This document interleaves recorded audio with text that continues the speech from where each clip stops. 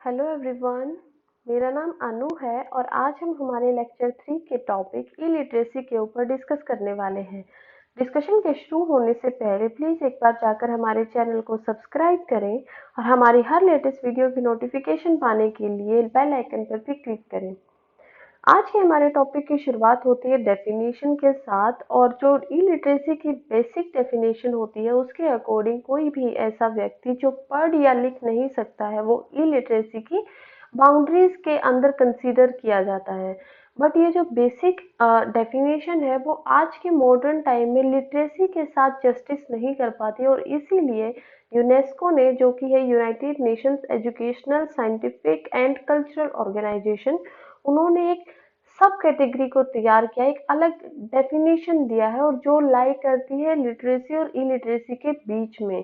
तो इसके अकॉर्डिंग क्या होता है कि कोई ऐसा इंसान है जो पढ़ सकता है, लिख सकता है, बट अनफॉर्चुनेटली वो क्या कर रहा है कि वो उन चीज़ों को, जो भी उसके स्किल्स है, मैथमेटिकली स्किल्स है, वो उन चीज़ों को अप्लाई नहीं कर पा रहा है अपनी डेली लाइफ के कामों में। तो वो क्या हो गया, वो इलिटरेट तो नहीं है, क्योंकि क्या होता है कि पढ़ सकता है, लिख सकता है, तो इसका मतलब बेसिक जो डेफिनेशन है उससे तो वो अबव आ गया है। तो वो इंसान क्या है, वो बाउंड्रीज में आता है फंक्शनल इलिटरेसी की, मतलब कि वो, उसकी जो लिटरेसी है वो फंक्शनल नहीं है, इसलिए उसको फंक्शनल इलिटरेसी बोला गया है।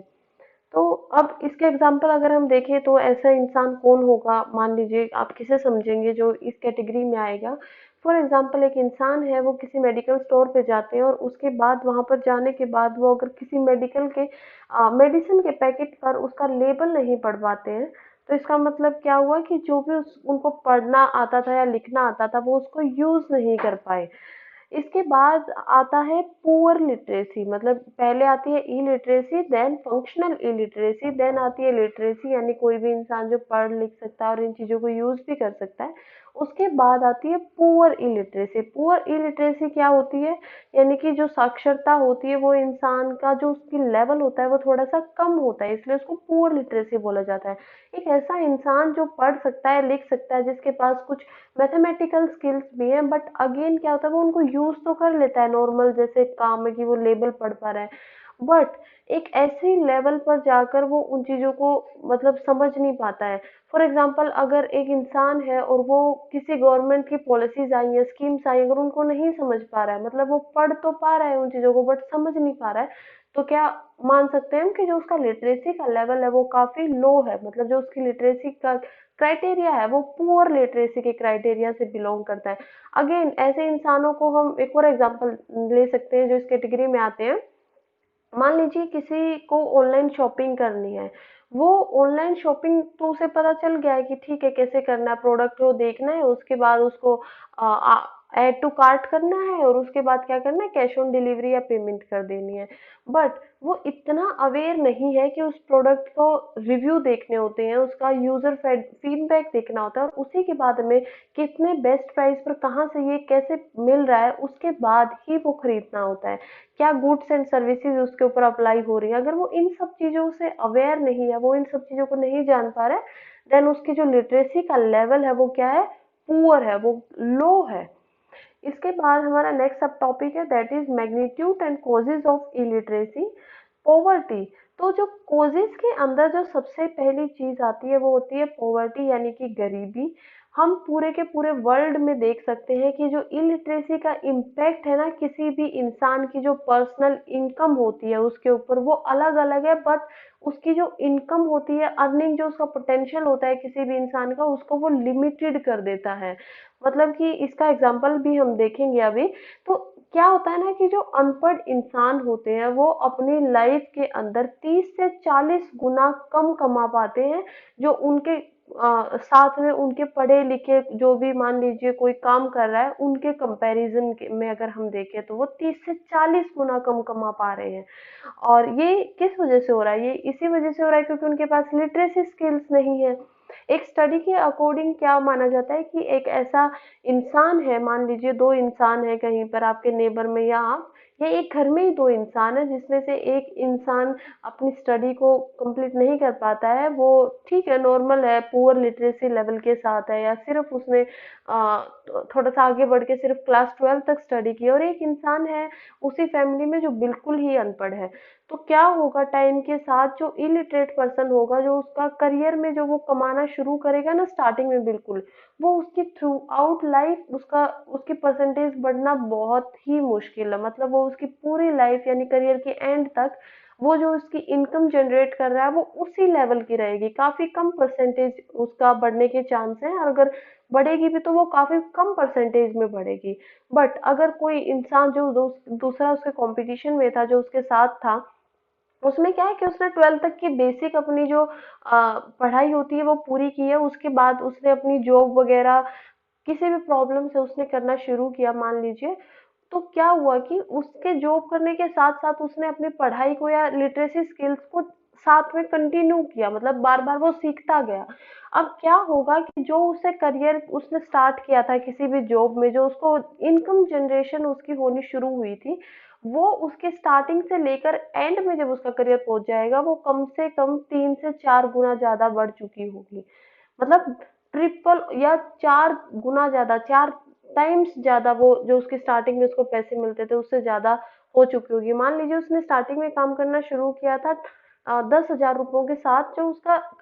करियर का जो एंड होगा ना वो लगभग 40,000 रुपीज पे जाकर होगा। मतलब इतना ज्यादा वो अपनी इनकम को बढ़ा सकते हैं।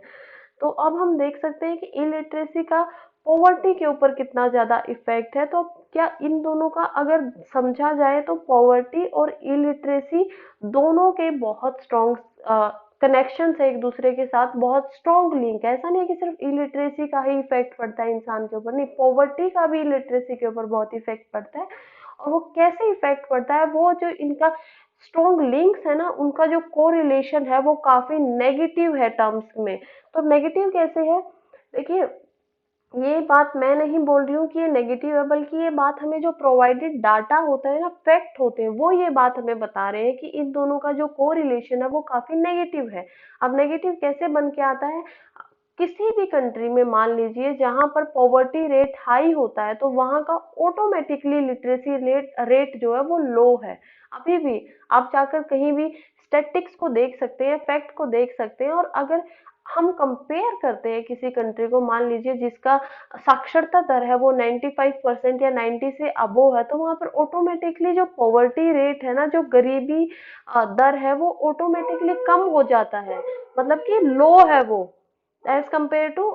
जो दूसरी कंट्रीज हैं जिनमें पॉवर्टी रेट लो है, उसमें क्या होगा, लिटरेसी रेट, साक्षरता दर जो है वो ज्यादा हो जाएगा। तो ये इन दोनों का जो रिलेशन निकल के आ रहा है वो काफी नेगेटिव निकल के आ रहा है कि अगर पॉवर्टी और इलिटरेसी जहां पर भी एग्जिस्ट करते हैं वहां पर ऑटोमेटिकली साक्षरता दर बहुत ही कम हो जाता है। नेक्स्ट जो हमारा सब टॉपिक है दैट इज सोशल डिस्पैरिटीज। मतलब कि ये क्या होता है कि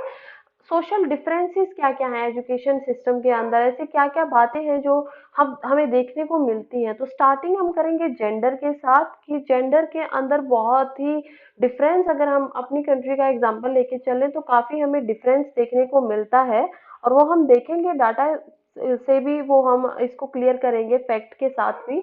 तो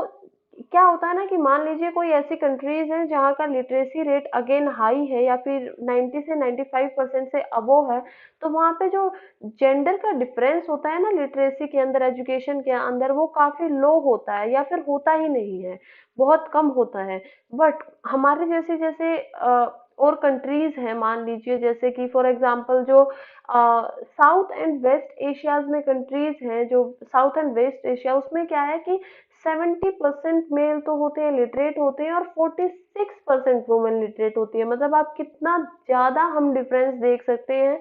ये मतलब देख लीजिए 24% अराउंड कुछ इसका डिफरेंस निकल के आ रहा है, तो कितना ह्यूज डिफरेंस है ये। और फॉर एग्जांपल अरब स्टेट्स हैं जैसे, उसमें क्या है कि 73% मेल पे 51% जो है वुमन लिटरेसी रेट है। अगेन देख सकते हैं कि काफी बड़ा ये डिफरेंस है लोगों के बीच में, और आज भी इतना है। और अगर हम इंडिया की बात करते हैं तो हम देख सकते हैं कि यहाँ पर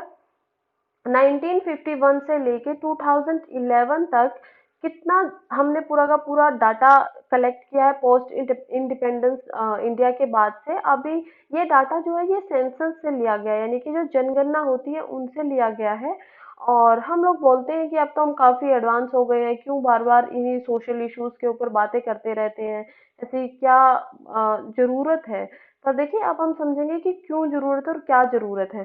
तो आप लोग देख सकते होंगे कि 1951 से लेके 2011 तक का डाटा लिया है। तो अभी का करंट डाटा इसलिए नहीं लिया गया है क्योंकि आप लोगों को पता होगा कि जो जनगणना होती है, जो सेंसस होता है, वो 10 साल में एक बार होता है। हालांकि कुछ रिसोर्सेज हैं जिनसे हम थोड़ा बहुत तो देख सकते हैं कि अभी की डाटा का कुछ चीजें ले सकते हैं, बट अगेन हम ये नहीं बोल सकते कि वो बिल्कुल ही करेक्ट होगा और बिल्कुल ऑफिशियल डाटा नहीं है। तो इसलिए हमें क्या करना चाहिए, ऑफिशियल डाटा पे ज्यादा रिले करना चाहिए, यानी कि उसके जो ऑथेंसिटी होती है ना, जो उसकी करेक्टनेस होती है, वो काफी ज्यादा उसके चांसेस होते हैं कि वो काफी ज्यादा करेक्ट होती है एज कम्पेयर टू अगर हम किसी भी चीज पे अपना कोशिश करते हैं कि ठीक है हम अप्रोक्सीमेटली लेके देख लेंगे। नहीं, जो ऑफिशियल डाटा होता है वो ऑफिशियली होता है, उसमें एग्जैक्टनेस रेट काफी हाई होता है। तो जैसे हम देख सकते हैं कि जेंडर गैप के ऊपर हम बात कर रहे थे, तो जेंडर गैप जो एजुकेशन के अंदर है वो 1951 से स्टार्ट करके देखते हैं कि फीमेल जो एजुकेशन था, रेट था हमारे यहाँ पर, वो था 8.86, और जो मेल था वो था 27.15, और टोटल कितना था 18.32। अब हम इसको जस्टिफाई कर सकते हैं कि ठीक है उस टाइम पे ऐसा होना लाजमी था कि इतना गैप तो हो सकता था, कि ठीक है कंडीशंस इतनी नहीं थी, सोसाइटी में इतनी अवेयरनेस नहीं थी। और हम रिसेंटली क्या हुए थे, एक मतलब कि इतने इंडिपेंडेंस से हमें आज़ादी बहुत ही रिसेंटली मिली थी। हम इतने सालों से जिस चीज़ को भुगत रहे थे उसका कुछ ना कुछ तो परिणाम आना था ही। खैर, बट अभी अगर हम देखते हैं 2011 में भी, तो हम देख सकते हैं कि फीमेल लिटरेसी रेट जो है वो है 65.46% और मेल जो है वो है 82.14%, और जो टोटल हमारा था वो था 74.04%। तो अब आप देखिए कि हम अगर अभी के टाइम पे पता है क्या हो रहा है, कि अगर हम किसी को बोलते हैं ना कि देखिए ये है, हमें वुमेन इस पे डेवलपमेंट पे बात करते हैं या फिर सोसाइटी में जो भी इविल चीजें उस पे बात करने की कोशिश करते हैं, तो लोग क्या बोलते हैं कि क्या बार बार इन्हीं मुद्दों पे बातें करते रहते हो, हम इन्हें समझ चुके हैं, आप क्यों हर चीज के पीछे पड़े रहते हो, कि क्या जरूरत है आपको बार बार इस पे बात करने की। देखिए जरूरत है, ये डाटा जो ये फैक्ट है ना, ये हमें बता रहे हैं कि कितनी ज्यादा जरूरत है इन टॉपिक्स पे बात करने की। वैसे अगर यहाँ पे जो ओवरऑल इंक्रीज देखा गया है एजुकेशन के अंदर, आप देख सकते हैं कि 2011 से लेके और 2001 के बीच में कितना ओवरऑल इंक्रीजमेंट हुआ है, तो वो फीमेल में ज्यादा देखने को मिला है, 22% देखने को मिला है। बट फिर भी क्या है, हमारा जो डाटा बाद में टोटल निकल के आया है वो अगेन जो मेल एजुकेशन लिटरेसी रेट है उससे कम निकल के आया है। आई होप जो इस साल का हमारा डाटा होगा और जितनी हम अवेयरनेस की बातें करते हैं वो सारी की सारी यहाँ पर प्रूव कर पाएंगे अच्छे से, और हमारा जो जेंडर गैप है वो कम हो पाएगा और हमारा ओवरऑल जो डेवलपमेंट है वो ज्यादा हो पाएगा, मैं ये आशा करती हूँ। और नेक्स्ट हमारा जो इसी के साथ हम नेक्स्ट सब टॉपिक पे चलते हैं, दैट इज एज। ज्योग्राफिकल जो डिस्पैरिटीज होती है और जो जेंडर होता है, अगेन एज होती है, काफी सारी हमारी चीजें हैं, सिम्टम्स हैं इन चीजों के जो हमें पढ़ने चाहिए और जिनको हम ठीक कर सकते हैं। तो जेंडर और ज्योग्राफिकल डिस्पैरिटीज को इसमें मैंने साथ ही लिया है। तो देखिए इसमें क्या है कि ज्योग्राफी का भी एजुकेशन में काफी रोल है, काफी हम बोल सकते हैं कि काफी अहम भूमिका है। तो रूरल जो एरिया के लोग होते हैं ना, उनका जो लिटरेसी लेवल है वो as compare to urban residents वो काफी लो देखने को मिला गया है। अगर हम सेंसस के हिसाब से भी देखें यहाँ पर, तो आप देख सकते हैं कि अगर हम बिल्कुल करंट देखते हैं कि जो 2011 में ही था, वो रूरल एरिया की जो वुमन थी उनमें से सिर्फ 58.75% ही वुमेन लिटरेसी रेट को लिटरेसी एजुकेशन को गेन कर पाई है।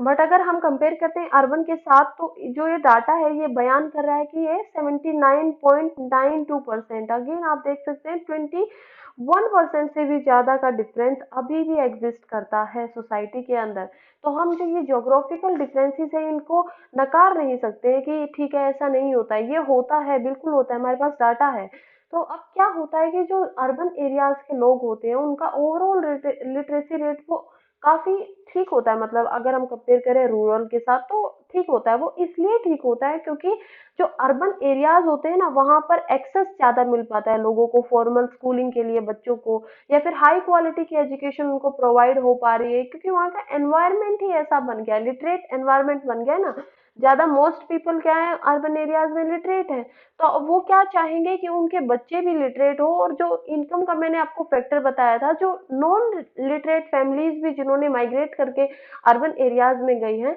और जिनको वहां पे सफर करना पड़ा, और उनको एक बात समझ में आ गई है कि देखिए स्टडी है तो इंसान ही कुछ ज्यादा इनकम जनरेट कर सकता है, अपनी लाइफ को एक नॉर्मल सस्टेन टाइप से अपनी लाइफ को जी सकता है। एक नॉर्मल जो हम बोलते हैं कि ठीक है बेसिक नेसेसिटीज जो उसकी लाइफ की है वो उसको गेन कर सकता है थ्रू एजुकेशन। तो वो लोग भी चाहते हैं कि उनके बच्चे पढ़े और अच्छे मतलब अच्छी क्वालिटी की एजुकेशन गेन करे ताकि लाइफ में वो डेवलप हो पाए, उनकी प्रोग्रेस हो पाए।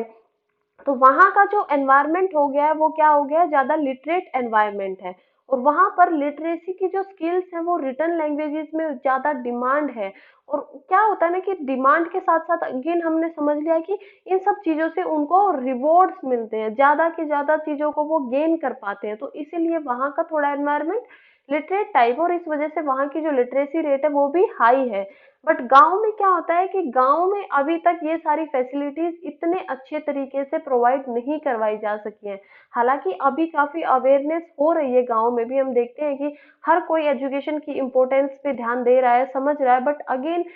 क्या होता है कि लोग एग्रीकल्चर जो है गांव का जो भी होता है वो 50-70% लोग जो होते हैं वो एग्रीकल्चर पे डिपेंड करते हैं। और एग्रीकल्चर के लिए उनको जो सबसे पहले जो चीज दिखाई देती है वो यही लगता है कि सबसे पहले काम ज्यादा जरूरी है, और उसके बाद ठीक है आप साथ साथ एजुकेशन गेन कर रहे हैं। बट अगेन हर चीज अपनी जगह पे ठीक है, सही है और जरूरी भी है। बट एजुकेशन को हम किसी भी चीज से ऐसे नहीं बोल सकते कि हम ये काम कर रहे हैं तो इसलिए हम कॉम्प्रोमाइज कर रहे हैं, नहीं।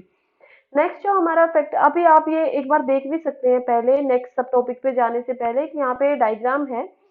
इसमें कंपेयर किया गया है कि ये जो देख सकते हैं रेड ये है रूरल फीमेल, और ये जो आप देख रख सकते हैं कि ये है जो पर्पल कलर में ये है अर्बन फीमेल। तो इन दोनों का स्टार्टिंग से ही गैप रेट है वो कितना ज्यादा है, देखिए ये स्टार्टिंग से प्रोग्रेस तो हो रही है, हर बार आप देख रहे हैं कि ये जो ऐसे चल के और ऊपर की तरफ जा रहा है, मतलब प्रोग्रेस तो इतने सालों में हुई है। और यही सेम क्राइटेरिया क्या हो रहा है कि अर्बन में भी हो रहा है, बट अगेन थोड़ा सा डिफरेंस ज्यादा है दोनों के बीच। वही बात है कि देखिए रूरल जो मेल है और अर्बन मेल है उन लोगों के बीच में भी डिफरेंस है, बट अगेन ये लोग ज्यादा इनको जो ज्यादा एजुकेशन को गेन कर पा रहे हैं,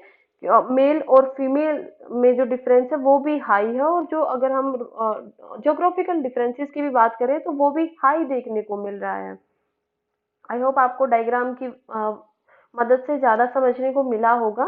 नेक्स्ट टॉपिक पे चलते हैं, दैट इज एज, मतलब कि एज की वजह से भी क्या होता है इंसानों में डिफरेंसेस देखने को मिलते हैं एजुकेशन सिस्टम के अंदर। तो एज के डिफरेंसेस बिल्कुल स्टार्टिंग से शुरू हो जाते हैं, यानी कि हमारा एक एक्ट है the Right to Information Act 2009, जिसके अकॉर्डिंग 6 साल से लेकर 14 साल के बच्चों तक फ्री एजुकेशन का एक्सेस हुआ जाना चाहिए, और ये कंपलसरी एज है कि उस एज तक बच्चों को पढ़ना चाहिए। तो हम ऐसे ही देख सकते हैं कि जो 6 साल से 10 साल तक के बच्चे होते हैं उन लोगों को क्या होता है कि उनमें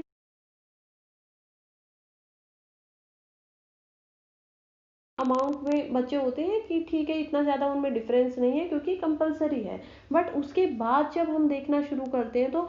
एज ग्रुप में काफ़ी डिफरेंस आना शुरू हो जाता है, जेंडर में देख सकते हैं, या फिर आप एज ग्रुप में देखना शुरू कर सकते हैं कि जो 15 से लेकर 34 की एज के पीपल हैं हमारे इंडिया में भी, या मोस्ट ऑफ द कंट्रीज जहाँ पर जो लिटरेसी रेट है वो मीडियम रेंज का है, इतना ज़्यादा हाई नहीं है या फिर इतना ज़्यादा लो नहीं है, उसमें जो लिटरेसी रेट है वो एज 15 से लेकर 34 तक हाइयर है। और उसके बाद जो एज्ड पर्सन हो जाते हैं 45 से लेकर 60 के बीच में आते हैं वो बहुत ज़्यादा लो चला जाता है एकदम से। और जो ऐसी कंट्रीज है जिनका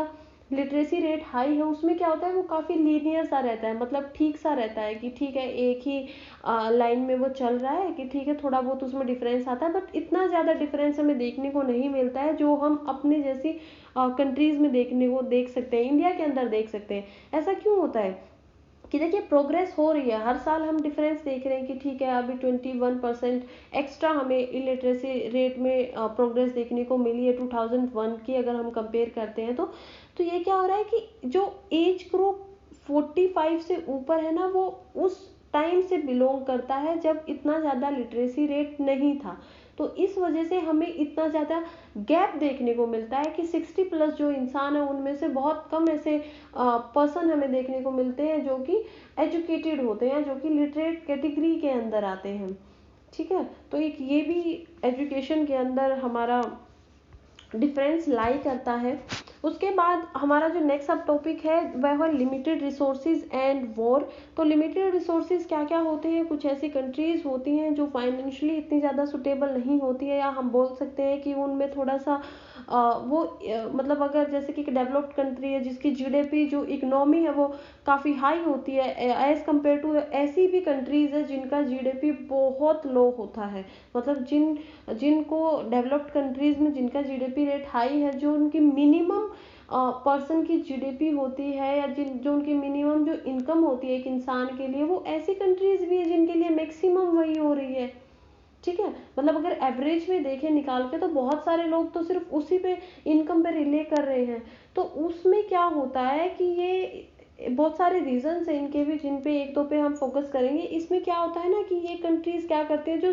सोशल वेलफेयर के लिए या पब्लिक स्पेंडिंग होती है ना सोशल सर्विसेज के लिए, उसमें से ये इकोनॉमिक जो इनका बजट होता है उसमें से उसका कटिंग करनी शुरू कर देती है, थोड़े थोड़े पैसे बचाने की कोशिश करना शुरू कर देती हैं, क्योंकि वो पहले ही जो उन्होंने सोशल सर्विसेज के लिए लोन लिए होते हैं, या फिर मान लीजिए कोई प्राकृतिक आपदा आ गई है तो उनको कोई प्रॉब्लम आ गई है, तो उनके लिए उन्हें पहले ही वर्ल्ड बैंक से या किसी और कंट्री से लोन वगैरह लेना पड़ता है, और वो उसमें फॉरेन डेब्ट में चले जाते हैं, उनके ऊपर कर्ज हो जाता है। तो अब धीरे धीरे उनको कर्ज भी उतारना होता है, और सारी चीज़ों से ऐसे करके एजुकेशन को या हेल्थ सर्विसेज है उनको सफ़र करना पड़ता है।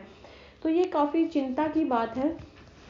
और हाँ, नेक्स्ट हम देखते हैं कि वॉर में क्या होता है कि अब काफ़ी टेंशन होती है हर कंट्री के बीच, हमने देखा भी है, अगर हम हिस्ट्री को पढ़ते हैं तो हम समझ सकते हैं इन चीज़ों को कि कितना खतरनाक होता है किसी दो देशों के बीच में अगर युद्ध चल रहा है। चलो आजकल तो इतना हम बोलते हैं कि वॉर की सिचुएशन आती नहीं है, क्योंकि हर किसी कंट्री के पास न्यूक्लियर पावर, और सबको पता होता है कि अगर अब वॉर हुआ तो बहुत कम चांसेस है कि बहुत कम लोग ही बच पाएंगे इसकी चपेट से, काफ़ी बहुत ह्यूज जो हम बोलते हैं ह्यूज अमाउंट का नुकसान होने वाला है। बट पहले क्या होता था कि ठीक है लोग आमने सामने रहकर वॉर करते थे, अभी क्या होता है डिस्प्यूट्स होते हैं, जैसे कि अभी अभी हमने गलवान वैली में भी देखा था। तो ऐसे क्या होता है कि जैसे चाइनीज सोल्जर्स थे और हमारे इंडियन सोल्जर्स थे, वो आमने सामने खड़े हो गए थे, तो अगेन ये डिस्प्यूट्स होती है, और इनकी वजह से भी क्या होता है कि बच्चों की एजुकेशन को सफ़र करना पड़ता है, उनके स्कूल्स को बंद कर दिया जाता है कि कहीं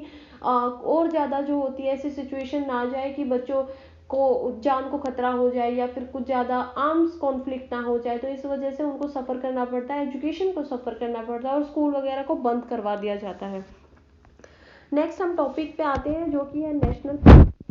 अभी तक हमने देखा मैग्नीट्यूड क्या क्या है, डेफिनेशन क्या है, इलिटरेसी क्या है, और उसके कोज क्या है। अब हम देखेंगे कि इसको अभी तक ख़त्म करने के लिए क्या क्या स्टेप्स टेकन किए गए हैं गवर्नमेंट ने, क्या क्या हम देख सकते हैं कि नए नए मेजर्स लिए गए हैं गवर्नमेंट के द्वारा। तो उसमें जो सबसे पहले नंबर पे आता है वो होता है नेशनल पॉलिसी ऑन एजुकेशन के ऊपर। तो नेशनल पॉलिसी ऑन एजुकेशन, हम इसमें 3 पॉलिसीज को थोड़ा सा जिक्र करेंगे, और उसके बाद जो उनका रिजल्ट निकल के आया उनको भी देखेंगे। तो जो फर्स्ट पॉलिसी आई थी वो आई थी 1968 में, और सेकंड पॉलिसी थी वो थी 1979 में। थर्ड पॉलिसी जो नेशनल पॉलिसी थी एजुकेशन के ऊपर वो आई थी 1986 के अंदर। जो ये 1986 की पॉलिसी थी ये क्या थी, अडॉप्ट की गई थी पार्लियामेंट में मई 1986 के अंदर, और इसको जो पार्लियामेंट में ड्राफ्ट था उसको उसको लेट किया गया था। लोकसभा में तो इसको दिया गया था मई 7 1986 में, और राज्यसभा में था मई 13 1986 में, और जो इसको फिर अडॉप्ट कर लिया गया था वो था मई 31 1986। उसके बाद क्या होता है कि ये जो इसके चेयरमैन थे वो थे आचार्य रामामूर्ति जी, और उन्होंने क्या किया कि इस पॉलिसी में कुछ चेंजेस करने की बात को सोचा। इसलिए इस पॉलिसी को डिस्कस करना बहुत जरूरी है कि देखिए, एक अडॉप्शन के बाद भी अगर कोई पॉलिसी या कोई स्कीम होती है तो उसके बाद भी उसको रिव्यू कर दिया जा सकता है, अगर आपको लगता है कि उसमें कोई मॉडिफिकेशन होना चाहिए। तो ऐसे ही इसका 1990 में क्या हुआ था कि आचार्य रामामूर्ति जी, जो इसके कमेटी एक सेट की गई थी, जो उसके चेयरमैन थे, उन्होंने क्या किया कि इसको नेशनल पॉलिसी ऑफ एजुकेशन को रिव्यू किया गया, और उसमें उन्होंने कुछ रिकमेंडेशंस दिए कि कहाँ कहाँ पे मॉडिफिकेशन की ज़रूरत है और कहाँ पे मॉडिफिकेशन किए जाने चाहिए। उसके बाद क्या होता है कि 1990 में दिसंबर के टाइम में, मई में तो ये दोबारा क्या हुआ था कि आई थी कमेटी और उन्होंने रिव्यू किया था, और 1990 में उन्होंने अपनी रिपोर्ट को सबमिट किया था दिसंबर में। ठीक है, कमेटी थी जो ये रामाचार्य रामामूर्ति जी जो इनके चेयरमैन थे। उसके बाद क्या होता है कि कुछ टाइम के बाद जो जो मॉडिफिकेशन उन्होंने रिकमेंड किए थे उनको थोड़ा बहुत देखा गया, उसके ऊपर डिस्कस किया गया। उसके बाद 1992 में अगेन जो सेंट्रल एडवाइजरी बोर्ड होता है एजुकेशन का, उन्होंने दोबारा से एक कमेटी सेटअप की 1991 के अंदर की गई थी कि इसको दोबारा से रिव्यू किया जाए। ठीक है, एक बार तो रिव्यू हो सकता है, ये सेकंड टाइम हो रहा था कि अगेन इसमें अभी भी कुछ चेंजेस की ज़्यादा ज़रूरत है। और उस टाइम पे जो इसके चेयरपर्सन कमेटी के बनाए गए थे उनका नाम था श्री एन जनार्दना रेड्डी जी थे, और आपको जानकर खुशी होगी कि वो उस टाइम पे हमारे जो आंध्र प्रदेश स्टेट है उसके चीफ मिनिस्टर भी थे। तो उन्होंने अगेन कुछ रिकमेंडेशंस दी, जो रिपोर्ट दी गई थी रामामूर्ति जी के द्वारा, उसमें भी उन्होंने कुछ मॉडिफिकेशन की अपने रिकमेंडेशन दिए, सजेशन दिया कि कुछ ना कुछ इसमें भी चीज़ों को बदलाव करना चाहिए, और ऐसे ऐसे इन बदलावों से हम क्या कर सकते हैं, अपने एजुकेशन सिस्टम को और ज़्यादा अच्छे से इम्प्लाई कर सकते हैं, और ज़्यादा प्रोग्रेस हम इसमें देखने को हमें मिल सकती है। नेक्स्ट हम देखते हैं कि फिर इन सब बदलावों के बाद ये कमेटी आ जाती है, उसके बाद उसका रिजल्ट क्या रहा, क्या क्या प्रोग्रेस हुए हमारे इंडिया के अंदर या हमारी कंट्री के अंदर, ऐसे क्या क्या प्रोग्रेस देखने को हमें मिलने को मिले इन सिर्फ पॉलिसी की वजह से। ठीक है, तो देखिए, जो 1968 के बाद जो भी पॉलिसीज आई थी उनका क्या एम था कि नेशनल प्रोग्रेस को बढ़ाना है, और कहीं ना कहीं हमें ये देखने को मिला है कि वो इस चीज़ में अपने सक्षम भी हो पाई हैं। और उन्होंने क्या, उनका एम अगेन क्या था कि एक सेंस जगानी है लोगों के बीच में कि कॉमन जो सिटीजनशिप होता है कि उसके अधिकारों की उसको बात बतानी है, उनके अंदर सेंस होनी चाहिए, अवेयरनेस होनी चाहिए कि वो इस देश के एक नागरिक हैं, बेशक वो आम नागरिक हैं, बट उनके क्या क्या अधिकार हैं, और राष्ट्रीय एकता के बारे में उन्हें पता चलना चाहिए। अपने जो हमारा देश है उसके लिए राष्ट्रीय भावना होनी चाहिए, उनको पता होना चाहिए कि वो किस देश के नागरिक है, और क्या क्या उन लोगों को क्यों अपने देश के प्रति जो है अच्छी भावना रखनी चाहिए। उसके बाद जो नेशन की हमारी जो एकता है, इंटीग्रेशन है, उसको मजबूत होना चाहिए। और कहीं तक मुझे लगता है कि हाँ, ये जो जो भी इनके एम थे उसमें ये सफल भी हो पाए हैं आज, अगर हम देख पाते हैं तो। इसके बाद क्या हुआ था कि इसकी वजह से मोर देन 90% जो हमारे देश में रूरल हैबिटेशंस थे वहाँ पर स्कूलिंग की सुविधा करवाई गई थी, लगभग 1 किलोमीटर के रेडियस के साथ, मतलब कि स्कूल फैसिलिटीज़ को प्रोवाइड करवाया जाना था। क्योंकि अर्बन एरियाज़ में तो 1968 के बाद भी काफ़ी हायर एजुकेशन के कॉलेजेस भी ओपन हो रहे थे, एस्टेब्लिश हो रहे थे, स्कूलिंग सिस्टम भी ठीक ठाक था। बट रूरल एरियाज में क्या था कि काफ़ी दूर दूर बच्चों को पढ़ने के लिए जाना पड़ता था, 10-10 किलोमीटर, 15-15। आपने स्टोरीज सुनी होंगी, आपके पेरेंट्स या फिर ग्रैंड पेरेंट्स आपको बताते होंगे कि हमें इतना स्ट्रगल करना पड़ा था, या फिर हमें ऐसे जाना होता था। वो तो वो झूठ नहीं है, ऐसा सच में था। तो जब ये पॉलिसीज आई, इन्होंने एम किया, उसके बाद आज हम देख सकते हैं कि हाँ, हम हर स्कूल में, हर गांव में एक स्कूल की सुविधा अभी प्रोवाइड की जाती है गवर्नमेंट के द्वारा। तो ये एकदम से नहीं हुआ, ये इन पॉलिसीज का रिजल्ट निकल कर आया। उसके बाद सबसे जो नोटेबल डेवलपमेंट था, जिसको जो मुझे भी बहुत पर्सनली अच्छा लगा था, वो था कि एक कॉमन स्ट्रक्चर एजुकेशन का पूरी की पूरी कंट्री के अंदर एक्सेप्ट कर लिया गया था। यानी उससे पहले कॉमन स्ट्रक्चर नहीं था, कहीं पर आप कुछ करिकुलम होता था, कहीं पर किसी हिसाब से आप पढ़ा रहे हैं, कहीं पर जो आश्रम वगैरह होते थे वहाँ पर बच्चे पढ़ते थे। कहीं पर जो मोस्ट प्रोबेबली क्या था कि मंदिरों से या मस्जिदों से ज़्यादा बच्चे जो एजुकेशन गेन कर पाते थे। बट कॉलोनियल एरा में क्या हुआ था कि स्कूलिंग फैसिलिटी को ज़्यादा एम्फेसिस किया गया था, कॉलेज फैसिलिटीज़ को ज़्यादा एम्फेसिस किया गया था। तो उसके ऊपर क्या हुआ कि जब हमें आज़ादी मिल गई थी, इंडिपेंडेंस मिल गई थी, उसके बाद से एक कॉमन स्ट्रक्चर को पूरी इंडिया के एजुकेशन सिस्टम में, पूरे इंडिया में उसको एक्सेप्ट किया गया और इंट्रोडक्शन किया गया 10+2+3 सिस्टम का, बहुत बहुत सारी स्टेट्स के द्वारा। इसमें क्या था कि 10th तक आप सेकेंडरी स्कूल कर रहे हैं, 12th तक आपकी सीनियर सेकेंडरी एजुकेशन हो जाती है और थर्ड जो आपकी 3 ईयर होते हैं बाद के, उसका मतलब है कि आपकी डिग्री एजुकेशन हो जाती है। तो ये एक बेसिक मतलब कि एक ये अच्छा स्ट्रक्चर माना गया था लिटरेसी का, कि जो इंसान यहाँ तक पढ़ पाता है इसका मतलब वो एक अच्छा लिटरेट पर्सन है। और यहाँ तक तो कोशिश करनी चाहिए कि ज़्यादा से ज़्यादा जो हमारे यूथ हैं या बच्चे हैं कंट्री के, वो यहाँ तक पढ़ पाएँ। उसके बाद क्या हुआ था कि अडेप्शन हुआ था common scheme for of studies for boys and girls. मतलब क्या कि कॉमन स्कीम, जो लड़के और लड़कियों का जो डिफरेंस था उसको खत्म कर दिया गया था। अब डिफरेंस क्या था ये समझना बहुत जरूरी है। देखिए क्या होता था ना कि आज़ादी से पहले जो कॉलोनियल ईरा था, यानी कि जो ब्रिटिश राज था, अंग्रेजों का राज था, उस टाइम पे जो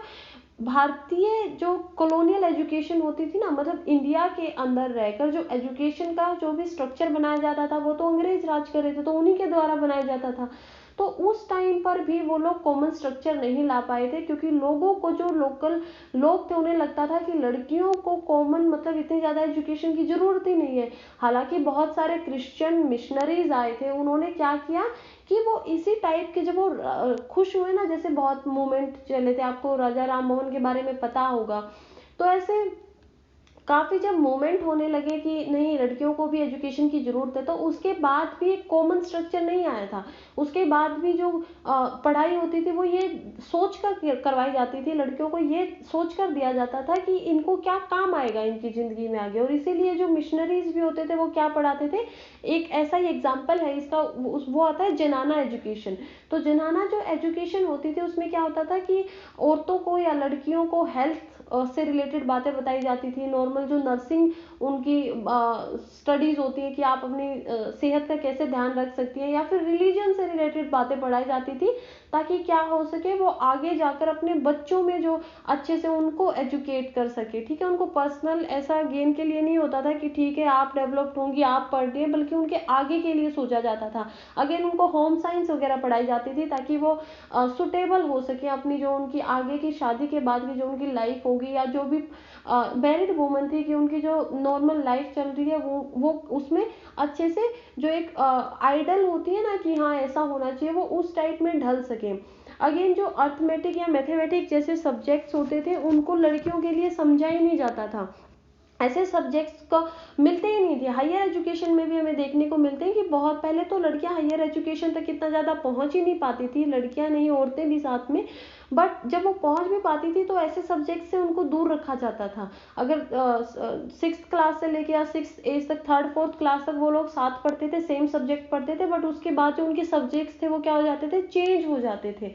तो इसीलिए फर्स्ट टाइम क्या हुआ यहाँ पर आने के बाद कि साइंस और मैथमेटिक्स को कंपलसरी जो सब्जेक्ट माना गया। अभी आप लोग देख पा रहे होंगे कि 10th क्लास तक साइंस को और मैथ को पढ़ना कंपलसरी होता है। तो ये क्या हुआ, इस इन पॉलिसीज के बाद में आया और काफ़ी अच्छा मूवमेंट था। ठीक है, अभी जो कॉमन स्ट्रक्चर है हर यूथ के लिए, कोई उसमें डिफरेंस नहीं किया जाता है जेंडर को लेकर कि आप लड़की हैं तो आप ये सब्जेक्ट पढ़ें। और इवन क्या होता है कि लड़के भी होम साइंस पढ़ सकते हैं। ऐसा नहीं है कि सिर्फ लड़कियां अगर आज के टाइम पे भी होम साइंस या ऐसे कुछ सब्जेक्ट लेती हैं,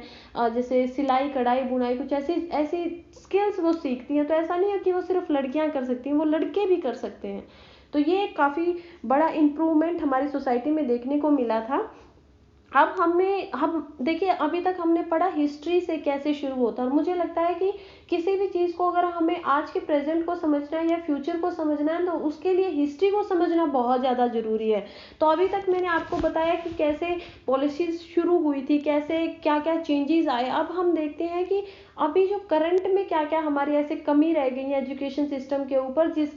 जिसको ठीक करने के लिए पॉलिसी आई है, जो जिसका नाम है नेशनल पॉलिसी 2019। हालांकि ये अभी तक अडॉप्ट नहीं की गई है, इसलिए इसका सिर्फ ड्राफ्ट है अभी हमारे पास, तो हम अभी उसी के ऊपर डिस्कस करने वाले हैं। और हिस्ट्री को समझना बहुत ज़रूरी है इस पॉलिसी को समझने के लिए, इसलिए मैंने आप लोगों को थोड़ा इंट्रोडक्शन टाइप देने की कोशिश भी की है। मैं आशा करती हूँ आप लोग समझ पाए होंगे मेरे साथ। तो चलिए देखते हैं कि जो नेशनल पॉलिसी है 2019 की, उसमें क्या क्या बताया गया है। ये जो पॉलिसी है इसके अंदर एक्चुअली एक कमेटी बनाई गई है। उस कमेटी में 11 मेंबर थे और जो उसके चेयरमैन थे वो थे डॉक्टर के कस्तूरी रंगन, जिन्होंने 31 मई को इसका ड्राफ्ट है वो रिपोर्ट को सबमिट करवाया है 2019 के अंदर। कमेटी है जो वो कॉन्स्टिट्यूट की गई थी ministry of human resources development के द्वारा, जिसे हम MHRD भी बोलते हैं। आप लोग यहाँ पर एक टेबल आपको दिखाई दे रही होगी, उसमें आप लोग देख सकते हैं अगर पॉज करके वीडियो को पढ़ना चाहें कि जितने भी इस कमेटी के मेंबर हैं ना, जितनी भी ये पर्सनैलिटीज़ हैं, ये काफ़ी इंटेलेक्चुअल है। ये अपनी अपनी फील्ड में इन्होंने बहुत ऊंचे तक ये पहुंच पाए हैं। बहुत काफ़ी मतलब इनको एक्सपीरियंस है अपनी लाइफ में। और आपको जानकर ये भी खुशी होगी कि जो इसके चेयरमैन है डॉक्टर के कस्तूरी रंगन जी, वो तो हमारे इसरो के फॉर्मर चेयरमैन थे। तो देख रहे हैं आप कितने इंटेलेक्चुअल पर्सन है, कितनी इंटेलेक्चुअल जो लोगों ने इस रिपोर्ट पे अपना काम दिया है, अपना काम किया है, उन्होंने सजेशंस दिए हैं। तो इसको पढ़ना जरूरी है।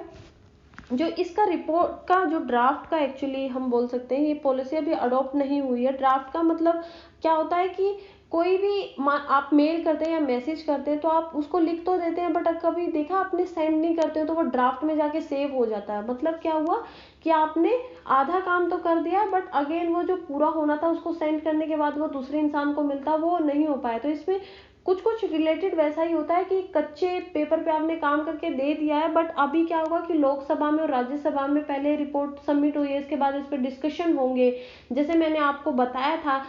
1986 की पॉलिसी का एग्जाम्पल देकर कि देखिए रिव्यू भी हो सकता है, मॉडिफिकेशन हो सकती है बीच में, उसमें चेंजेस लाए जा सकते हैं। तो ऐसे इसके ऊपर डिस्कस होगा। हो सकता है कुछ मॉडिफिकेशन हो सकती है, या हो सकता है कि एज इट इज़ ये अडॉप्ट की जा सकती है। हो सकता है कि कुछ ऐसे सजेशंस है जो ना भी माने जाएं,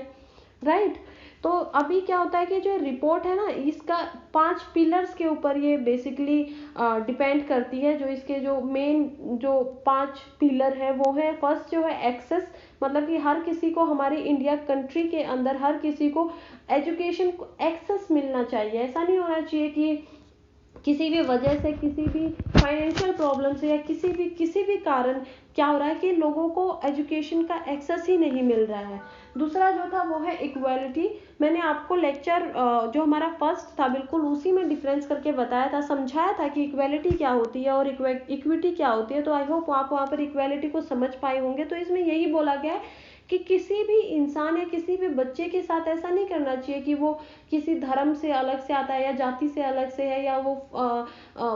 अमीर गरीब है। तो ऐसा सोचकर उन लोगों के बीच में हमारा जो एजुकेशन है ना, उसको देते टाइम कोई डिफरेंस नहीं होना चाहिए। उन दोनों को इक्वली जो भी कंटेंट या हाई क्वालिटी की जो भी एजुकेशन है वो उन दोनों को समान रूप से दी जानी चाहिए। नेक्स्ट है क्वालिटी की एजुकेशन। जो हमारी अभी चल रहा है, काफ़ी सालों से आ रहा है सिस्टम चला हुआ, उसमें क्वालिटी एजुकेशन की ज़रूरत है। ऐसा नहीं कि आप क्वांटिटी बच्चे को दे रहे हैं। क्वांटिटी का मतलब होता है कि आप कितनी मात्रा में क्या चीज़ किसी को दे रहे हैं। क्वालिटी का मतलब होता है कि आप कितने अच्छे ढंग से उसे दे पा रहे हैं। ठीक है, तो इनका यही बोलना है कि क्वालिटी एजुकेशन के अंदर बहुत ज़्यादा ज़रूरी है और उस पर फोकस किया जाना चाहिए। नेक्स्ट है अफोर्डेबिलिटी, कि एजुकेशन का क्या हो गया ना कि आप लोग देख पा रहे होंगे कि आजकल इसको बहुत ही कमर्शियलाइज कर दिया गया है। बहुत से ऐसे कोचिंग सेंटर है, प्राइवेट स्कूल्स है, जिसकी बहुत बहुत मतलब मैं बोलूँगी कि बहुत ज़्यादा फीस होती है, जो नॉर्मल इंसान, मिडिल क्लास इंसान अफोर्ड नहीं कर पाता है। तो ये जो बिजनेस बना दिया गया है ना एजुकेशन को, ऐसा नहीं होना चाहिए। और एजुकेशन अफोर्डेबल होनी चाहिए, यानी गरीब से गरीब इंसान भी उसको अफोर्ड कर पाना चाहिए। और अमीर तो कर ही सकते हैं, उनके लिए तो क्या बोल सकते हैं हम लोग। तो ऐसे अफोर्डेबिलिटी होनी चाहिए हर किसी के लिए। नेक्स्ट जो हमारा पॉइंट है वो है accountability faced by the current education system. आप देख पा रहे होंगे यहाँ पे ये पॉइंट है इसका क्या मतलब है कि अभी क्या होता है कि अगर हमारे एजुकेशन सिस्टम में मान लीजिए कुछ गलतियां रह गई हैं, कुछ मिस्टेक है, तो हम किसी को ऐसे बोल नहीं सकते जाके कि देखिए ये है, हम इसका इसका कौन मतलब जिम्मेवार कौन होगा। तो अभी क्या है कि ऐसी एक कमेटी होनी चाहिए या कुछ ऑफिशियल्स ऐसे होने चाहिए जो जवाबदाही होने चाहिए। अगर कहीं पर जाके लेकनेस रह जाती है तो उसका कोई उत्तरदायी होना चाहिए कि ऐसा क्यों हो रहा है, तो अकाउंटेबिलिटी होनी चाहिए। नेक्स्ट हम देखते हैं कि ड्राफ्ट जो ये पॉलिसी का है उसने कुछ रिफॉर्म्स के बारे में, लेवल एजुकेशन में रिफॉर्म के बारे में बात की है, जो कि स्कूल लेवल पर भी है, हायर लेवल पर भी है और अडल्ट लेवल पर भी है। वो हम अब जाके देखेंगे आगे। तो जो स्कूल लेवल पे जो एजुकेशन में रिफॉर्म्स है उसमें जो स्टार्टिंग होती है इसके साथ होती है अर्ली चाइल्डहुड केयर और एजुकेशन के साथ। इसमें क्या बोला गया है कि जो छोटे बच्चे हैं जो बिल्कुल अर्ली मतलब जिनका एज ग्रुप 3 साल 0 से 3 साल है या 3 साल से 4 साल है, उन बच्चों का क्या करना चाहिए। एक तो करिकुलम का उनका फ्रेमवर्क बनाया जाना चाहिए, माँ बाप के लिए भी और टीचर्स के लिए भी। ठीक है, ऐसा नहीं होना चाहिए कि सिर्फ टीचर्स क्या कर रहे हैं, इन बच्चों को पढ़ा रहे हैं, नहीं, दोनों के लिए, माँ बाप के लिए भी एक फ्रेमवर्क होना चाहिए, उन्हें दिया जाना चाहिए कि आप स्टार्टिंग बच्चे की ऐसे करें और उसके बाद ही बच्चे का जो है केयर हो सकती है अच्छे तरीके से। अब इसका एक साइंटिफिक रीजन भी है कि ऐसा क्यों किया जाना चाहिए, क्योंकि ये हमें ये देखने को मिलता है कि जीरो बच्चा जब पैदा होता है उस उम्र से लेकर और 6 साल की उम्र तक उसका ब्रेन जो है वो अच्छे तरीके से डेवलप्ड हो चुका होता है। तो इस उम्र में अगर उसको पर्टिकुलरली थोड़ी सी केयर मिलेगी या हाई क्वालिटी की एजुकेशन अगर हम देने की कोशिश करेंगे, तो क्या होगा कि जो आगे का हमारा रिजल्ट निकल के आएगा नेक्स्ट ईयर्स में वो काफ़ी अच्छा देखने को हमें मिलेगा। अभी लोगों में काफ़ी कॉम्पिटिशन आ गया है, बच्चों को क्या करते हैं कि बिल्कुल स्टार्टिंग से ही कोशिश करते हैं कि 1-2 साल के हुए नहीं ABCD सिखाने की कोशिश करते हैं। तो ऐसा नहीं होना चाहिए, उनके ऊपर फोर्स नहीं करना चाहिए कि उन्हें कुछ चीज़ें पसंद नहीं आ रही और आप उनको बता रहे हैं, नहीं, उन्हें इंटरेस्टिंग तरीके से इस तरीके से बतानी चाहिए कि ताकि वो क्रिटिकल थिंकिंग स्टार्टिंग से ही उनका माइंड जो है वो सोचना शुरू कर दे कि ठीक है, उनको स्टोरीज की टाइप में या मतलब ऐसे तरीके से बातें होनी चाहिए। वो आगे हम देख पाएंगे करिकुलम अगर फ्रेमवर्क ये अडोप्ट किया जाएगा पॉलिसी को तो क्या निकल के आएगा। उसके बाद हम देखते हैं कि the Right to Education Act 2009 में इसको एक्सटेंड करने की बात की गई है। इससे पहले अभी तक क्या होता है कि 6 साल से लेकर 14 साल तक का जो भी बच्चा होता है उसकी जो एजुकेशन है उसे कंपलसरी माना गया है इस एक्ट के अकॉर्डिंग। और इस जो बच्चे होते हैं इनको फ्री एजुकेशन एक्सेस का भी हमें मतलब बोल सकते हैं कि इस एक्ट जो है वो अधिकार देता है कि आप गवर्नमेंट स्कूल में जाएंगे तो आपके इस एज के बच्चों को फ्री एजुकेशन का एक्सेस मिल पाएगा। बट अभी जो मॉडिफिकेशन आया है, अभी जो रिकमेंडेशन आई है, सजेशन दिए हैं रिपोर्ट में कमेटी के द्वारा, वो बोला गया है कि इस एज को बढ़ा देना चाहिए और जो कंपलसरी एजुकेशन की एज होनी चाहिए वो 3 साल से लेकर 18 साल के बीच की होनी चाहिए। ठीक है, इसका मतलब क्या होगा कि 3 साल आपने 6 साल की उम्र जो अभी है वो 3 साल कम कर दिया, 3 साल कर दिया गया है उसको। और जो 14 ईयर्स तक है उसको बढ़ाकर 4 साल ज्यादा कर दिया गया, यानी कि 18 ईयर तक कंपलसरी एजुकेशन होनी चाहिए हमारे देश के हर नागरिक के लिए। तो ये जो हमारा चाइल्डहुड केयर था या जो भी एजुकेशन हम स्कूल रिफॉर्म्स देख रहे हैं, ये इसका टारगेट बनाया गया है कि हम 2025 तक होप करते हैं कि इसको गेन कर पाएंगे। और ये एक तरीके से ऑब्जेक्टिव भी है इसका। नेक्स्ट हम देखते हैं कि करिकुलम फ्रेमवर्क में चेंज लाने की बहुत ज़्यादा ज़रूरत है। इसमें क्या है कि कमेटी ने सजेस्ट किया है कि एक सिस्टम डिज़ाइन बनाना चाहिए, सिस्टम बनाना चाहिए जिसमें 5+3+3+4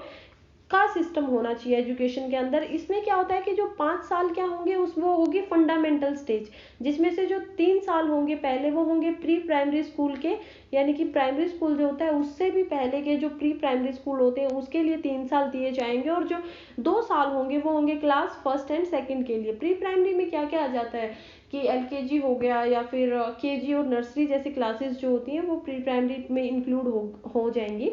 नेक्स्ट जो होगा वो होगा 3 इयर्स फॉर प्रीपेरेटरी स्टेजेस, मतलब कि क्लास 3, 4 एंड 5 के लिए होंगे। नेक्स्ट जो 3 साल होगा वो होगा मिडिल स्टेज के लिए क्लास 6 to 8। एंड जो फाइनल जो होगा 4 का जो डिजाइन दिया गया वो होगा 4 साल के लिए सेकेंडरी स्टेज में, जो होंगे class 9 to 12, 9, 10th, 11th and 12th। देखिए इसमें क्या होगा कि 3-3 साल का सेट बनाया गया है कि दो सेट है जो 3 साल के, एक सेट है जो 5 साल का, एक है जो है 9th से 12th का वो 4 साल का। तो इसमें क्या है कि इन सेट के अकॉर्डिंग ही इस तरीके से करिकुलम को फ्रेमवर्क होना चाहिए कि जो बच्चा थर्ड क्लास में पढ़ रहा है वही उसी से कुछ जुड़ा हुआ, मतलब चेन सिस्टम, डॉट कनेक्शन होना चाहिए कि जो थर्ड में पढ़ रहा है उसी से रिलेटेड जो सिलेबस होगा वो फोर्थ में होगा, उसी से रिलेटेड फिफ्थ क्लास में होगा। ठीक है, ताकि जो एक करिकुलम है, जो भी उसके अंडरस्टैंडिंग है, वो उसमें काफी डीप जा सके। ऐसा नहीं है कि आप थर्ड क्लास में कुछ पढ़ा रहे हैं, फोर्थ में पता नहीं कहीं से कुछ और आ रहा है, जो कि करंट हमारे एजुकेशन सिस्टम में अभी जरूरत है बदलाव की ऐसे। और बच्चा क्या है कि जो पिछली क्लास में उसने पढ़ा था वो उसको पूरा का पूरा भूल जाता है, नहीं उसी से रिलेटेड आगे बढ़ते हुए जाना है हमें। तो ऐसा सजेशंस आए हैं कमेटी के। नेक्स्ट हम देखते हैं कि स्कूल एग्जाम रिफॉर्म करने की बात कही गई है। इसमें ऑब्जर्व किया है कमेटी ने कि क्या है, अभी एग्जाम सिस्टम में जो काफ़ी कमियां हैं और इनमें रिफॉर्म लाने की ज़रूरत है। तो जो स्टूडेंट की अगर हम प्रोग्रेस को देखने के लिए क्या करना चाहिए कि जो थर्ड फिफ्थ और एट्थ क्लास के बच्चे हैं ना, उनके जो एग्जामिनेशन है वो स्टेट को करवानी चाहिए। ठीक है, इसमें जो फाइनल ईयर के एग्जाम्स होते हैं, मतलब बच्चे के जो एक साल में फाइनल एग्जाम होते हैं इन क्लासेस के, ये उनसे चेंज हो सकते हैं और स्टेट उनकी प्रोग्रेस को ट्रैक कर सकता है कि कैसे क्या क्या अभी तक चल रहा है, कि कैसे बच्चा पढ़ रहा है या नहीं पढ़ रहा है, क्या क्या जो हमने करिकुलम बनाए वो ठीक हो रहे हैं या नहीं हो रहे हैं। ठीक है, सेंटर का इसमें कोई इतना हस्तक्षेप नहीं होगा, कोई ज़्यादा सेंटर की नहीं चलेगी। इसमें क्या होगा कि स्टेट को जिम्मेवारी दी जाएगी और स्टेट के जो बोर्ड होते हैं वही इसको कंडक्ट कर पाएंगे। अगेन एग्जाम्स में बोला गया है कि एक और सब्जेक्ट जो भी एक्स्ट्रा होना चाहिए, लैंग्वेज के ऊपर फोकस होना चाहिए और बच्चों को चॉइस दी जानी चाहिए कि वो किस सेमेस्टर में किस पेपर को देना चाहते हैं।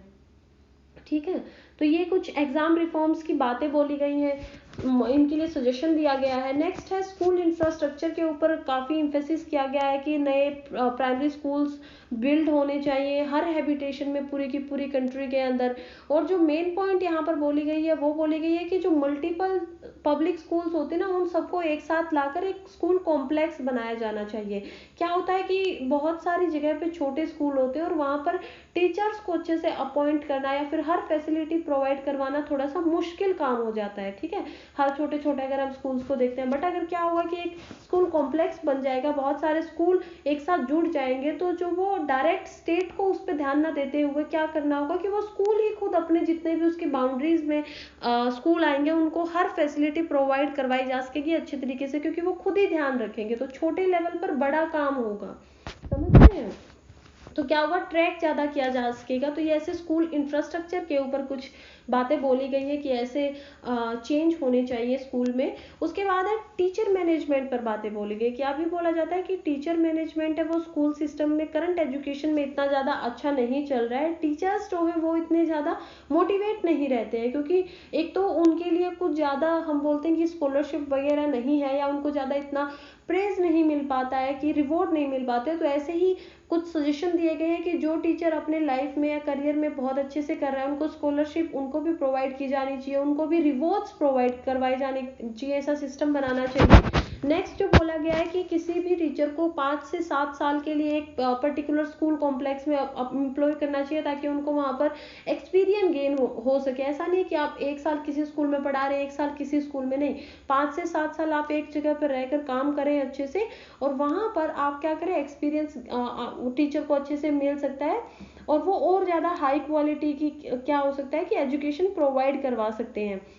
फिर क्या बोलते हैं कि टीचर को किसी भी जो नॉन टीचिंग ऐसी एक्टिविटीज होती है ना, उनमें जो स्टडिंग आवर होते हैं, मतलब स्टडिंग आवर टीचिंग आवर्स जो होते हैं, मतलब उनका जो पढ़ाने का टाइम होता है स्कूल में, उस टाइम पर टीचर को कोई भी ऐसी एक्टिविटीज में इंक्लूड नहीं करना चाहिए जिसमें वो लोग पढ़ा नहीं रहे, जैसे कि मिड डे मील्स होता है उसकी कुकिंग में उनको इंक्लूड नहीं करना चाहिए, या फिर जो वैक्सीनेशन कैंपेन्स होते हैं, बहुत अच्छी बात है ऐसे कैंपेन्स होने चाहिए, पर उनमें उनका पार्टिसिपेशन उस टाइम पे नहीं होना चाहिए जब उनको पढ़ाने का टाइम होता है उनका। ठीक है, ऐसे कुछ बातें बोली गई हैं। उसके बाद एक जो काफ़ी अच्छी अच्छी नहीं, मतलब काफ़ी यूनिक बात बोली गई है, वो बोली गई है कि जो एग्जिस्टिंग हमारा जो अभी फिलहाल बीएड प्रोग्राम है उसको चेंज कर देना चाहिए 4 साल के बीएड प्रोग्राम के साथ, और जिसमें कंबाइन हाई क्वालिटी की वो कंटेंट देंगे टीचर्स को, और हाई प्रैक्टिकल ट्रेनिंग भी देंगे।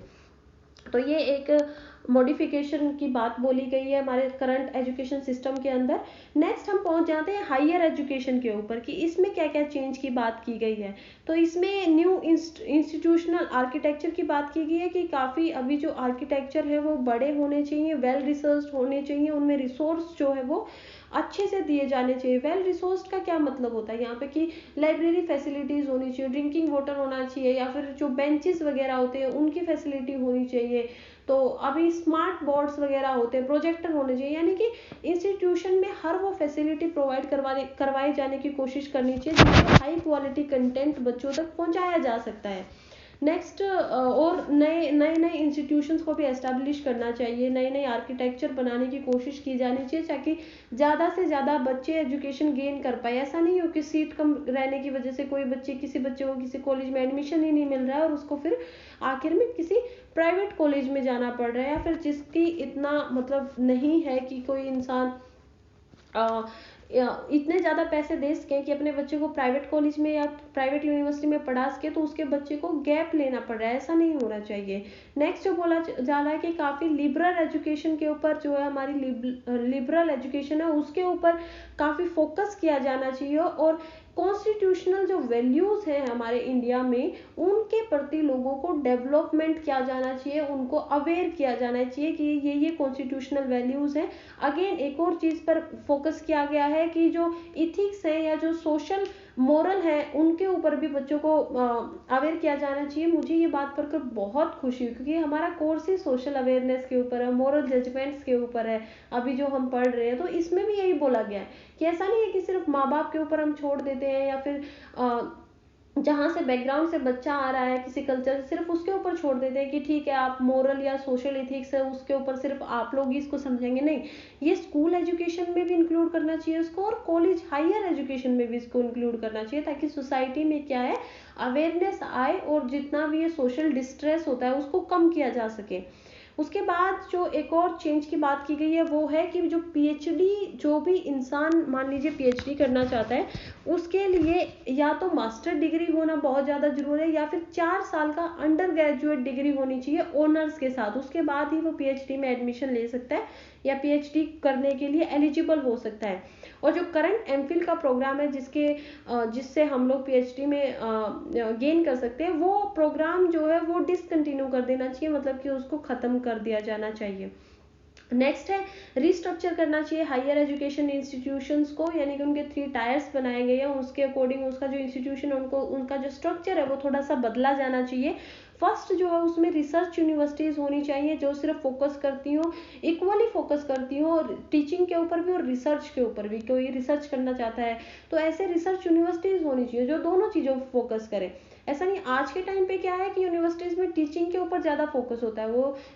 रिसर्च के ऊपर वो बताते हैं बट थ्योरीज में बताते हैं, मतलब प्रैक्टिकली रिसर्च करवाए जाने का इतना एक्सट्रीम हमारे इंडिया के अंदर नहीं है। कि है कुछ यूनिवर्सिटीज़ है, कम है, पर इतनी नहीं है कि हर लेवल पर हम उन्हें देख पाए। नहीं, वो है तो बहुत हायर लेवल पर है, बहुत ही जो जानी मानी यूनिवर्सिटीज़ है सिर्फ उन्हीं में ये देखने को मिलता है। जो प्रोफेशनल और जो नॉर्मल जो लोकल लेवल के कॉलेजेस हैं या वहाँ पर ये सारी चीज़ें देखने को नहीं मिलती, तो इसलिए इसको बढ़ाया जाना चाहिए कंट्री के अंदर।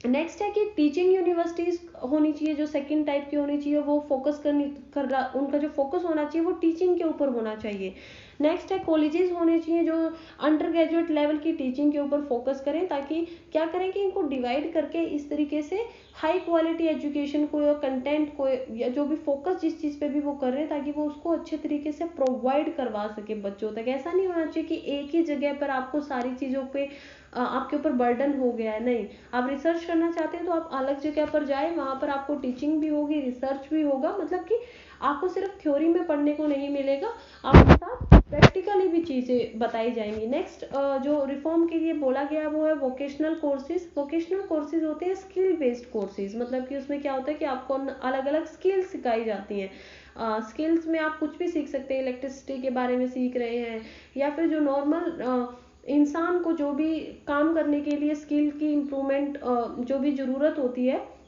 वो ऐसे कोर्सेज होने चाहिए, कम्युनिकेशन स्किल्स भी होती हैं। तो इसमें क्या होता है कि ये कमेटी ने ऑब्जर्व किया है कि इंडिया में सिर्फ 5% ऐसे लोग हैं जो काम कर रहे हैं जिनका एज ग्रुप 19 साल से 24 साल के बीच में आता है, जिन्होंने वोकेशनल एजुकेशन इंडिया के अंदर रिसीव किया है। बट अगर हम इसको कंपेयर करते हैं इंटरनेशनल लेवल के साथ, तो ऐसा देखने को मिलता है कि यूएसए जैसे डेवलप्ड कंट्रीज में या यूनाइटेड नेशंस जैसी कंट्रीज में क्या होता है कि 50% से ज़्यादा, 50% से 70% तक के लोग जो वो स्किल वोकेशनल कोर्सेज को रिसीव कर पाते हैं, बट इंडिया में ऐसा देखने को नहीं मिलता है। तो इसीलिए हमारे जो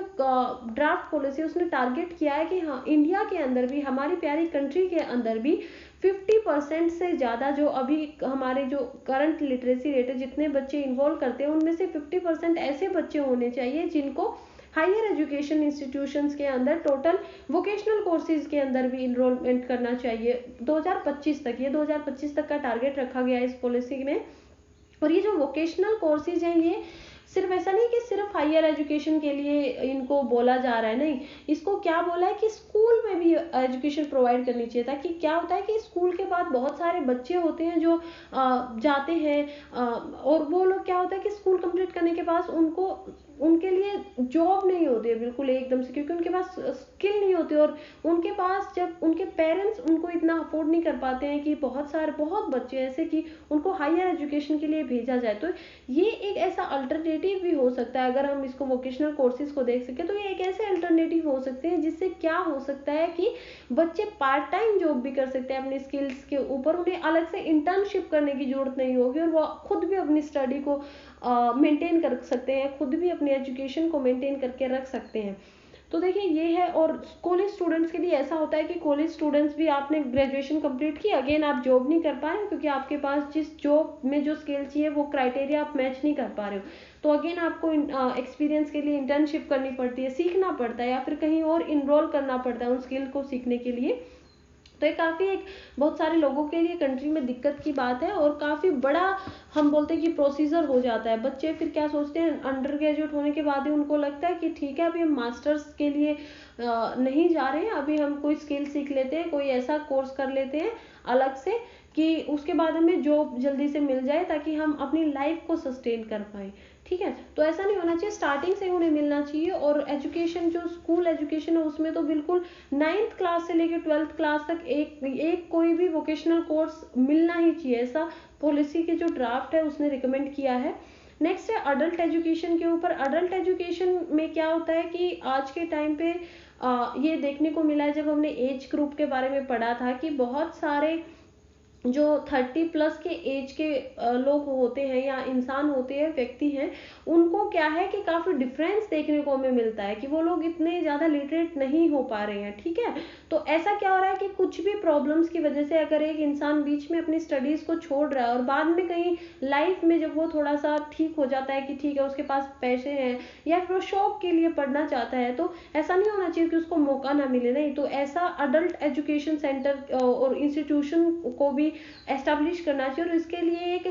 central institute of adult education भी एस्टैब्लिश करना चाहिए ताकि लोग मोटिवेट हो सके, उनको झिझक ना रहे पढ़ने में कि मैं कहीं अपने से छोटी उम्र के बच्चों के साथ कैसे बैठूं। तो ऐसा क्या होता है कि वो, उनको झिझक होती है एक अपने अंदर कि वो लोग नहीं कर पाएंगे, बट ऐसा नहीं होना चाहिए, उनको मोटिवेट करना चाहिए और पढ़ना चाहिए। सीखने की कोई उम्र नहीं होती है, तो हर इंसान को लाइफ लॉन्ग जो लर्निंग है वो मिलने का अवसर देना चाहिए। और इसलिए अडल्ट एजुकेशन के ऊपर थोड़ा सा यहाँ पर फोकस की गई है, जो कि मेरे हिसाब से मुझे बहुत ही एक अच्छा स्टेप लगता है अगर ये हो पाएगा तो। और आई होप, मैं आशा करती हूँ कि ये हो ही पाए। और नेक्स्ट जो हमारे रिफॉर्म की बात की गई है वो है एजुकेशन एंड इंडियन लैंग्वेजेस, मतलब जो इंडिया के हमारे अंदर लैंग्वेजेस है, मॉडर्न लैंग्वेजेस है, जितने भी स्टेट लैंग्वेजेस है, उनको मोटिवेट करने का, यानी कि मोटिवेट नहीं, उनको इम्प्रूव करने की कोशिश की गई है कि उनको ज़्यादा से ज़्यादा हम बढ़ा सकें, ज़्यादा से ज़्यादा इंडियन लैंग्वेजेस को लोग सीख सकें ताकि हमारे देश में एकता बनी रहे। और उसके लिए एक 3 लैंग्वेज फॉर्मूला इंट्रोड्यूस किया गया है, जिसके अंदर क्या होगा कि अभी तक क्या होता है कि बच्चे हिंदी और इंग्लिश मेनली ये 2 लैंग्वेजेस सीखते हैं। सदर्न में पार्ट में जाए तो उनका देखिए जो लोकल लैंग्वेज है वो लोग तो वो सीखते ही हैं, बट अगेन जो एजुकेशन लिटरेसी अगर हम देखें पर्सपेक्टिव से, तो उसमें क्या होता है, हिंदी और इंग्लिश को ही बेसिक माना गया, बट इसमें बोला गया, इसको इंट्रोड्यूस किया गया है कि एक आपको स्टेट लैंग्वेज भी सीखनी चाहिए। जैसे हिंदी स्पीकिंग एरियाज हैं, उनको क्या करना चाहिए, सदर्न लैंग्वेज सीखनी चाहिए कोई, और या फिर कोई वेस्टर्न लैंग्वेज सीखनी चाहिए, जिससे कि हमारे देश में जो है एकता बनी रहे। ऐसे ही जो सदर्न पार्ट है उनको कोई नॉर्दर्न हम बोल सकते हैं स्टेट की, जैसे पंजाबी हो गई या फिर बंगाली होगी वेस्ट ईस्ट से, तो उनको ऐसी लैंग्वेजेस सीखना चाहिए ताकि हमारे देश में एकता बनी रह सके, एकता बन सके। तो ये इसके ऊपर एक फोकस किया गया था ड्राफ्ट के अंदर, और इसके ऊपर एक कंट्रोवर्सी भी देखने को मिली थी, क्योंकि साउथ के कुछ लोगों को लगता था कि ये क्या होगा कि हमारी जो भाषा है, मलयालम है या तमिल है, तो इनमें क्या होता है कि ये लोग जो हिंदी स्पीकिंग पर्सन है वो तो ये नहीं सीखेंगे, क्योंकि वो तो बोलेंगे स्टेट का सिस्टम है, तो उनके पास वो होगा ऑप्शन होगा, तो वो लोग पंजाबी या कुछ ऐसी लैंग्वेजेस सीखेंगे, और जिससे इन पे ऊपर क्या हो रहा है कि हिंदी को इम्पोज किया जा रहा है, और जो अदर लैंग्वेजेस है इनको इम्पोज किया जा रहा है। तो अभी पॉलिटिकल सिनेरियो में नहीं हम लोग इसके बारे में इतना ज़्यादा बात करते हैं, बट अगर आप लोगों का कोई स्टेटमेंट है, आप लोगों की कोई राय है इसके ऊपर, तो आप वो मुझे कमेंट सेक्शन में देकर बता सकते हैं। आप लोग बता सकते हैं कि कितना ठीक है और कितना, क्या इसके साथ सच में कोई प्रॉब्लम्स है और क्या उन लोगों के इमोशंस हैं, तो आप लोग उसके ऊपर चर्चा कर सकते हैं। नेक्स्ट एक और किया गया लैंग्वेजेस के ऊपर ही, कि लैंग्वेजेस को प्रमोट करने के लिए एक national institute for Pali, Prakrit and Persian जो लैंग्वेज है उनको सेट करने की बात की गई है, एस्टैब्लिश करने की बात की गई है। तो ये मुझे लगता है काफ़ी रिवोल्यूशनरी एक तरीके का स्टेप होगा, क्योंकि पाली और प्राकृत वो थे हमारे जो इंडिया में जो हिस्ट्री में मौर्यन एम्पायर था या जो मौर्य साम्राज्य था उनमें यूज़ किया जाता था। उसके बाद पर्शियन और पर्शियन लैंग्वेज थी, वो काफ़ी ज़्यादा यूज़ हुई थी दिल्ली सल्तनत में भी, यानी कि जो दिल्ली सल्तनत है उसके अंदर भी, और मुगल एम्पायर में भी, यानी कि मुगल साम्राज्य के अंदर भी। तो अभी क्या होता है ना कि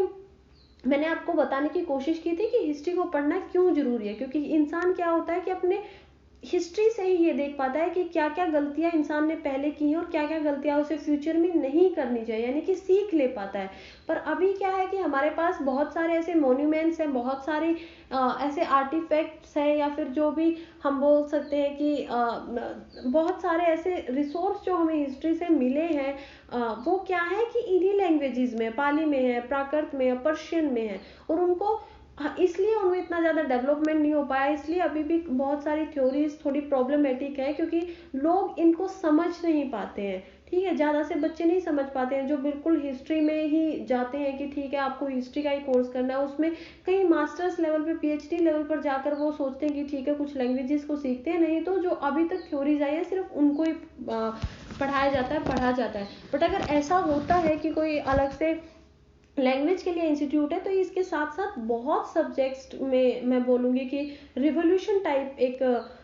आएगा हमारी कंट्री के अंदर, हमें देखने को मिलेगा, और मुझे लगता है कि ऐसा होना भी चाहिए। मैंने आपसे लास्ट वीडियो में ये बोला था कि हम कमेंट सेक्शन को थोड़ा फ्रूटफुल बनाने के लिए, अपने लेक्चर्स को थोड़ा ज़्यादा अच्छे से समझने के लिए लास्ट में मैं आपको एक क्वेश्चन दिया करूँगी हर लेक्चर के लास्ट में, तो मैंने वही आपके लिए क्वेश्चन बनाने की कोशिश की है ताकि आप आज के लेक्चर को समझ सके। और आज का जो हमारा क्वेश्चन होगा वो है, critically analyse the role of National Policy on Education draft 2019 in promoting the youth and adult education in India. आप लोग क्या करें कि अपने क्रिटिकली एनालाइज कीजिए कि जो नेशनल पॉलिसी ऑन एजुकेशन का ड्राफ्ट आया है 2019 में, वो कैसे प्रमोट कर रहा है यूथ एजुकेशन को और अडल्ट एजुकेशन को इंडिया के अंदर। तो आप कमेंट सेक्शन में इसका आंसर दे सकते हैं, और इसको और डीप समझने के लिए जो हमारा ड्राफ्ट है, मैं इसका लिंक आपको डिस्क्रिप्शन बॉक्स में दे दूंगी, एक बार जाकर उसे देख लीजिए प्लीज लिंक से, अगर आपको और डीपली इसको समझना है और डीपली इसको पढ़ना है। इससे ज़्यादा मैं इस वीडियो में इंक्लूड नहीं कर सकती थी, क्योंकि बहुत लंबा लेक्चर हो जाता, ठीक है, और इसको समझाना भी फिर बहुत मुश्किल हो जाता। हमें भी रेस्ट, क्या ये माना जाता है ना कि 1 घंटे 1.5 घंटे से ज़्यादा कंटिन्यू नहीं पढ़ना चाहिए, क्योंकि फिर क्या होता है कि फोकस हटना मतलब फोकस रहना उतना कंट्रोल नहीं हो पाता है, फोकस हटना शुरू हो जाता है चीज़ों के ऊपर से। तो इसलिए अभी लेक्चर को ज़्यादा लंबा नहीं करते हैं। और अगर अभी तक आपने यहाँ तक अगर आप पहुँच पाए हैं तो प्लीज़ एक बार जाकर हमारी वीडियो को लाइक कर दीजिए, कमेंट करिए और शेयर भी कर दिए, क्योंकि ये अवेयरनेस है और अवेयरनेस कब आएगी जब हम चीज़ों को ज़्यादा से ज़्यादा लोगों तक पहुँचा पाएंगे। So thank you.